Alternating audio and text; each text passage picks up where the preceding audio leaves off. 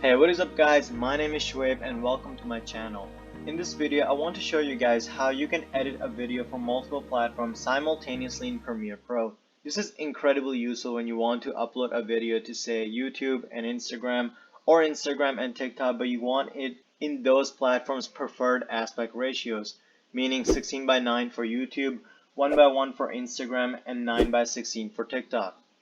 And you want to do this without having to edit first for one platform and then go back and readjust to edit for another platform, which can be quite the hassle. Right now, the footage in my timeline has an aspect ratio of 16:9, which is optimal and preferred for YouTube, but not so much for Instagram. So we want to edit this while being visually aware of where our side boundaries will be when we also upload to Instagram in a 1:1 ratio. So the way we're going to do this is by creating for us our very own customizable guidelines, which we can then save as drag and drop presets, something like this.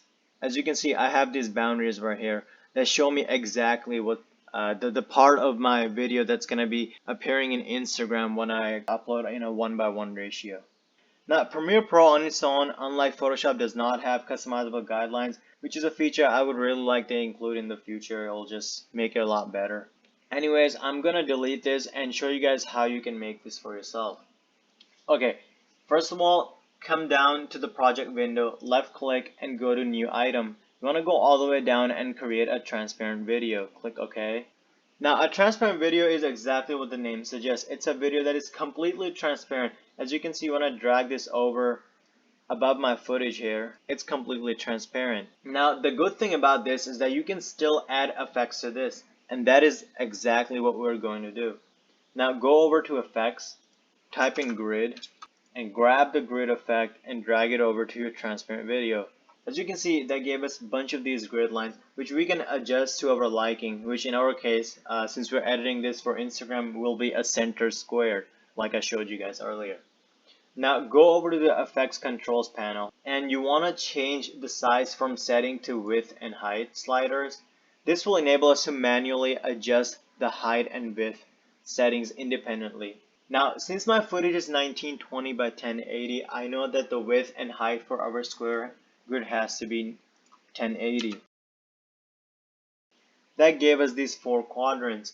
Now we want to adjust the anchor point, which is at the center right now, and bring it to the bottom edge or to the top edge so that we only get one square. Now the height part is easy because Instagram ratio will take up the entire height of our video here, so the horizontal adjustment is just going to have to be 1080, and that just brings our anchor point all the way down here. Or it can be 0, which will bring our anchor point all the way up here.